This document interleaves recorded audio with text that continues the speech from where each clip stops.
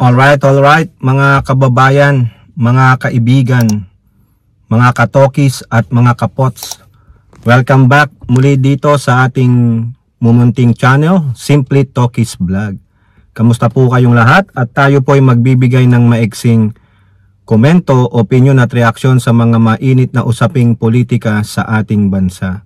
So, maraming salamat sa walang sawa niyong pagtangkilik, pagsubaybay sa ating channel, no? Shout out po lahat sa inyo, and may God bless us all. May God bless our country, the Philippines, and may God bless and protect the Marcos administration from the forces of Kampo ng Kadiliman and their minions. Pag-usapan natin, mga kababayan, ito pong unang sinibak sa pwesto, no? So kung maalala nyo, nag-courtesy resignation po, no, ang mga cabinet members ng Pangulo.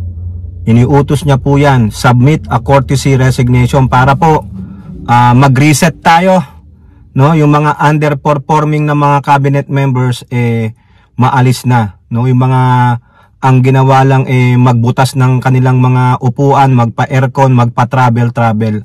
At speaking of travel, ayan nga po, may isa pong natanggal diyan, no? Mukhang magpapahinga muna. Ang sabi pa baka daw pagkatapos magpahinga, bibigyan ng pwesto. Wag na po. Wag yun na yan. Sibakin nyo na ng tuluyan yan dahil underperforming. Walang naipakitang maganda sa kanyang departamento na Department of Environment and Natural Resources. Ang tinutukoy po natin ay ang si Yulo Loyzaga. Siya po ang unang-unang sinabi na mukhang hindi na pababalikin. Ayon po yan kay Executive Secretary Lucas Bersamin, no? Kumbaga kasi nga po nakakarating po sa Malacanang ang mga ingay-ingay na itong sekretaryang ng DENR na si Yulo Loyzaga ay walang ginawa kundi mangibang bansa, magpaalis-alis, pa-travel, frequent flyer, no? Ngayon puro ang tanong diyan, bakit palagi siyang umaalis ng bansa?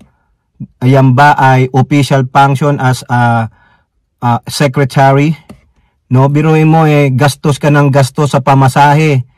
May mga entourage ka pa. Yung accommodation mo doon sa bansang pupuntahan mo. Yung ba ay talagang may mga seminars? Ang dinig-dinig ko po, mga kababayan, ang lagi daw dahilan ay puro climate change seminar o symposium. Sa akin, mga kababayan, isa o dalawa lang na seminars o symposium, meron ka ng idea paano mo i-adapt ang climate change sa ating bansa. Pwede ka nang magkaroon ng comprehensive report. Hindi, paalis-alis daw. Ano ang meron? Ang daming problema dyan sa environment, lalo na dyan sa yung may geo-reserve ba yun, yung nagkakaproblema sila. Yung mga illegal mining, yung dyan sa reclamation sa Manila Bay, yung dyan sa may WPS, yung mga corals dyan, winasak ng mga inchik. Ang balita pa nga sa akin, pumunta ka lang ng Palawan o Pag-asa, nagpa-picture ka doon. Wala kang masusing investigasyon o report na ibinigay sa Pangulo. Ano ang pwedeng gawin doon? Kundi ang ginawa mo, ayon na rin kay Lucas Bersamin, na balita ang palabas-labas ka lang ng bansa. Ano naman ang nagawa mo? Yun ang dapat talagang tinutuluyang tanggalin. Di po ba? So, dapat lang. Wala kang napakitang magandang trabaho mo. Di ba? Nag-ubos ka lang ng budget ng gobyerno. Grabe, mga kababayan. At the same time, si Department of Urban and Housing Development naman, si Acusar, wala naman po silang sangkot sa korupsyon. Ganon din po si Yulo Loyzaga. Ang dahilan lang po is underperforming. Walang performance. Si Acusar, nabiktima siya ng sarili niyang yung kanyang masyadong mataas na standard. Kumbaga, hindi niya nakamit yung sinasabi niyang 1 million houses per year. It's not your fault kasi 1 million ba naman, paano yan? Yung mga hurdles ng politicking, yung hurdles ng bureaucracy, O hindi naman basta-basta yon. Pero ano naman, kudos naman sa kanya. May mga napagawa naman. Kaso lang, hindi natupad yung 1 million, so nababatikos ang Pangulo dyan. So therefore, who got the axe? Si Acuzar. Pero si Acuzar po, hindi po tuluyang pinaalis. Ha? Nilipat po siya as Presidential Advisor for Pasig River Development. Okay? So yung pumalit po sa kanya isa pong magaling na developer. Nakalimutan ko po yung pangalan . Yung sa DENR naman, ililipat yung sekretaryo ng Energy. No? Hindi ko po kilala dahil hindi naman nababalita yun . Department of Energy, walang nangyari. 'Di ba? Sa Palawan lang biruin mo meron kang malampaya pero frequent ang brownout. Dapat habulin nyo. Gawin nyo na lang si Marcoleta. Para sasagutin na ng Marcoleta yung mga bayad nyo sa kuryente. 'Di ba? Inilipat lang underperforming nga sa Department of Energy. Bakit nyo naman ililipat sa DENR? Di ganun pa rin, magiging underperforming pa rin 'yan. 'Di ba? Ngayon, yung sa economic managers ng Pangulo, yung 5, si to name the few, si Go, si Special Assistant yung para sa Economic Affairs Investment and Economic Affairs, si Budget Secretary Pangandaman, si Finance Secretary Ralph Recto, meron pa pong 2 nakalimutan ko lang. Yung isa, yung si Roque, yung sa DTI, saka si Balisacan, yung NEDA yata. No, 5 po sila na niretain ng Pangulo kasi they are performing well. Bakit mo nga naman papalitan? Sila nang nakakaalam nung para maitaguyod, maipalago ang ating ekonomiya. Di po ba? Okay, so balik po yung mga yun yung 5 na yon. So ngayon, sino pa ba ang mga posibleng ma-retain? Sa akin po, baka si Secretary ng National Defense, si Gibo Teodoro, pwedeng ma-retain yan. Si Tourism, si Prasco, pwedeng ma-retain yan. Maganda naman ang tourism industry. Sino pa ba? Si Dison, pwede rin yun. Si Rex Gatchalian, pwede rin yun. May mga output naman sila. Yung DPWH na lang, si Bono. Tingnan natin kung anong mangyayari. For the meantime, ang masama pa sa mga ngaw dyan, yung sinasabi nilang si ES Bersamin daw po ay tatanggalin dahil nga daw meron daw ginawang kamalian na position for hire. Sabi niya, hindi po siya tatanggalin ng Pangulo. The Pangulo has his back. Meaning the trust and the confidence is still with him. So yung nangangarap dyan, yung mga nagmarites, malabo po. No, matatanggal si ES Bersamin. Now so isa talaga yung tinanggal. Yung talagang hindi inilipat ng pwesto. Okay? At sa nga pala si UN Representative Ambassador Antonio Lagdameo magre-retire na po. Ang ipapalit daw po ay si DFA Secretary Manalo. So doon na siya sa New York titira. Okay, so talking of ES Bersamin, meron po siyang sinupalpal dyan, na reporter. Ito, kilala yung reporter ito. Ito po yung tahol ng tahol doon sa Meet the Press ni Yusek Castro ng PCO. Kasi nandun din pala siya sa press con ni Executive Secretary. Siya po yung huling-huling nagtanong. Unahin natin yung unang katanungan niya kay ES Bersamin. Ang tinutukoy po natin ay yung tahol ng tahol na reporter ng Net25. Yung best friend po ni Attorney Claire. Joke lang, attorney. Ito po yung unang video na nagtanong yung taga Net25. Okay, ayoko po yatang banggitin yung pangalan nito kasi the name should not be mentioned. Eto po, okay, pakinggan nyo po ito. ano yung katanungan niya. Oh? Thank you very much. We have one more. Yes, yes. Eden Santos po from Net25. Good afternoon po, ES. Pwede naman daw pong sibakin ni Pangulong Marcos, yun pong mga gusto niyang alisin, bakit nagpasubmit pa raw po ng courtesy resignation. And pasensya na po if I have to ask this, di daw po ba ito parang pampapogi lang sa public? Ay, alam nyo, mahirap naman na sabihin nyo kung ano ang dapat, hindi na kailangan na mag-courtesy resignation. Ilagay ninyo ang sarili ninyo sa aming pwesto. Kung tamaan mo yung isang tao, ano ang lalabas na mukha mo? It's best that we did it this way so that it will be more honorable for them.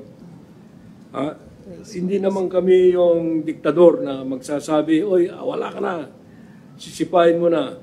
When I said that we are all serving at the will of the President, at the President's pleasure, we have to humanize. So, demanding a courtesy resignation is the best way of doing it, because all that you can do is just to accept, and that's the end of the debate. You don't really need to follow what others are saying, because they are not in the saddle. They may have different views of it when their time comes, if ever that time will come. Pero the best advice is our own counsel, our own conscience. O, yan po. O, yung taga Net25 na reporter na bigyan ng chance. O, alam nyo ba yung tanong niya? Daw, may chismis. Hindi siya sigurado, hindi niya mismong tanong. Kumbaga, pinipid sa kanya. Kasi daw po, pampapogi lang daw po. Daw, may daw. Reporter ka, di ba? Bakit may daw, Miss Net25 reporter? Ayoko po banggitin pangalan kasi parang, ayoko po the name should not be mentioned. Nakakahiya naman sa kanya. May daw di ba napakinggan nyo? May daw? O, ano na? Buti nga sinagot ka pa ng maayos. Ano yun, chismis? Ibig sabihin, may nagpipid sa kanya. Hindi niya mismong siya mismo na nanggaling sa kanya yung katanungan. Kasi daw po, bakit daw po? Bakit courtesy resignation lahat? Pwede naman pong isa lang daw po. O pampapogi lang daw po ito. O sinagot siya ng maayos. It is the humane thing to do. Hindi kami yung isa-isa lang nagko-call out. Mapapahiya yun. Kaya it's the humane thing to do. Humanly. Yun, may puso ang Pangulo. Ayaw niyang mapahiya yung isang gabinete na isa lang siya. Ang maganda, marami sila para hindi lang isa nakatuon yung pansin. O, di ba tignan ninyo, yung ginawa si Yulo, tanggal muna, mamahinga muna. Sabi pa nga, magpapahinga muna siya. Pero, pwede pa din siyang magsilbi. O, pero pahinga muna siya. Si Acusar, nilipat lang. Yung taga Energy, nilipat lang sa DENR. O, ganun lang po Yun ang humanely, hindi sila napahiya. O, ngayon alam na natin ang dahilan kay Yulo, o hindi siya napahiya na siya lang. Marami ang nilipat, marami din ang niretain. That's the thing you do, humanely. At sabi ni ES, kayo ang umupo sa pwesto namin. Pag kayo na ang nakaupo, you can do whatever you wanna do. Pero sa amin po, yun po ang tingin namin. It's the humane thing to do. Diba? Eden Santos, walang daw. Walang papogi. Si Digong nga, ni-request niya yan ng 2016 Lahat kayo mag-resign. Kasi ano ang purpose? Kasi kung kayo ay mga tao pa nung previous administration, ang loyalty nandoon kasi siya ang nag-appoint. Diba? Can you tell the president, no, my loyalty is with the country. Hindi sa nag-appoint sa akin because if you put me back here, I will serve the people. Salamat in-appoint mo ako because you trust me and you know my talent and my capability. But I will not bow down to you if there is a wrong thing to do. Susundin lang kita kung tama yung pinapatrabaho mo. Pero if you want me to do such things as it will harm my reputation, I will rather quit or resign. Ganon po, ganon. You are serving under the pleasure of the President but to serve the country and its people. Walang papogi. Si Digong ginawa yan, si Gloria ginawa yan, most of the presidents ginawa yan para maglagak sila ng mga taong kanilang itatras na magsilbi, susundin ang kanilang mga pinag-uustos ng tama at ng naaayon sa batas. Ikaw, Eden Santos, puro ka daw eh. Question mo ba yan? O kung may question ka, chismis yun. Daw eh, may daw. Tingnan mo nga yung pinagkaiba mo sa mga ibang reporter. O itong second video mga kababayan, nagtanong ulit siya, pero I want you to focus sa very end. Nahalata rin ni E.S. Bersamin, akala mo Net 25 reporter, hindi nakakarating sa Malacanang yung mga pinaggagawa mo. O tignan ninyo sa dulong-dulo. Quick follow-up lang po. Can you consider it as failure po on the part of the President na nakapaglagay po siya, nakapagtalaga ng mga official na underperforming or not performing well? And meron po ba tayong timeline kung kailan po mararamdaman ng ating mga kababayan itong mas maganda at maayos na serbisyo sa public sa mga bago? Dalawang tanong yan. Yung unang tanong mo, ikaw ba pag meron kang niligawan, alam mo ba na may... Ibig sabihin nun, at the start, you do not know how this guy will perform. So that's more or less a very, hindi ko masabi kung anong tanong yan. Yung pangalawa na tanong mo, ano na ba yun? Mararamdaman, kagad. Wala nang iba eh. Kung ang trabaho mo ay mag-deliver ng tinapay, deliver ka ng masarap na tinapay. Ganun lang. Hindi naman pwedeng, bukas pa. Wag. Ngayon na. Kasi taong bayan naghihintay. Thank you very much. Ko, tatanungin mo na naman yung political. Thank you very much, Executive Secretary Lucas P. Bersamin, Malacanang Press Corps. O yan po mga kababayan, O ayan, siguro wala nang daw. Kasi yung first two question niya may daw. Ngayon mukhang ito sa kanya nagaling o di kaya napansin niya. So magandang tanong niya. Yung performance, at kailan mararamdaman. Anong sagot ni Bersamin? Siyempre, kung meron kang manliligaw, alamin mo muna. Di ba sa mga kababaihan, yung lumang pamamaraan ng panliligaw. Alamin mo na yung karakter niyan, suyuin ka maigi, makita mo yung tunay niyang ugali, o di ba? Ganon. O sa serbisyo, kailan daw mararamdaman? Anong sabi? Serbisyo agad, quick. Kung halimbawa, okay, gusto mo ganito, o tulad nung ginawa dyan sa Pangasinan, yung dam dyan, yung Paitan Dam, dapat matapos yan ng bago mag-2027, sabi ng Pangulo, o sino man ang magbibuild niyan, DPWH, bago mag-2027, dapat December 31st, 2026, tapos na yan. Kumbaga kung meron lang mga cosmetic defect, pwede. Pero yung final operation dapat okay na. Ganon. Kung ang sabi niyan, ang trabaho mo ay gumawa ng timatay, mag-deliver ng tinapay, i-deliver mo ngayon, hindi na bukas. Unless otherwise, made to order. O kaya special occasion. Ganon. Ang ibig sabihin, the service will be quick and effective. You don't have to wait. Kaya nga nagalit ang Pangulo di ba? At ang huling-huli, anong sabi ni ES?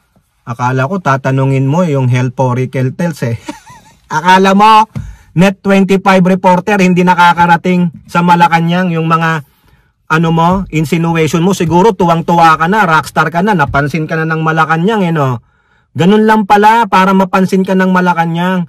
Gumawa ka ng maling ingay. Congratulations naman sa'yo sa Net 25 reporter Ayaw ko pong bangging pangalan mo kasi the name should not be mentioned. Nakakahiya po. Saka wag kang magtatanong ng may daw. Kasi malamang nagmamarites ka lang, hindi ka sigurado. Di po ba? Kayo po, ano pong yung masasabi? Comment down below and don't forget to like and share. Hope to see you on next videos. Bye-bye. God bless.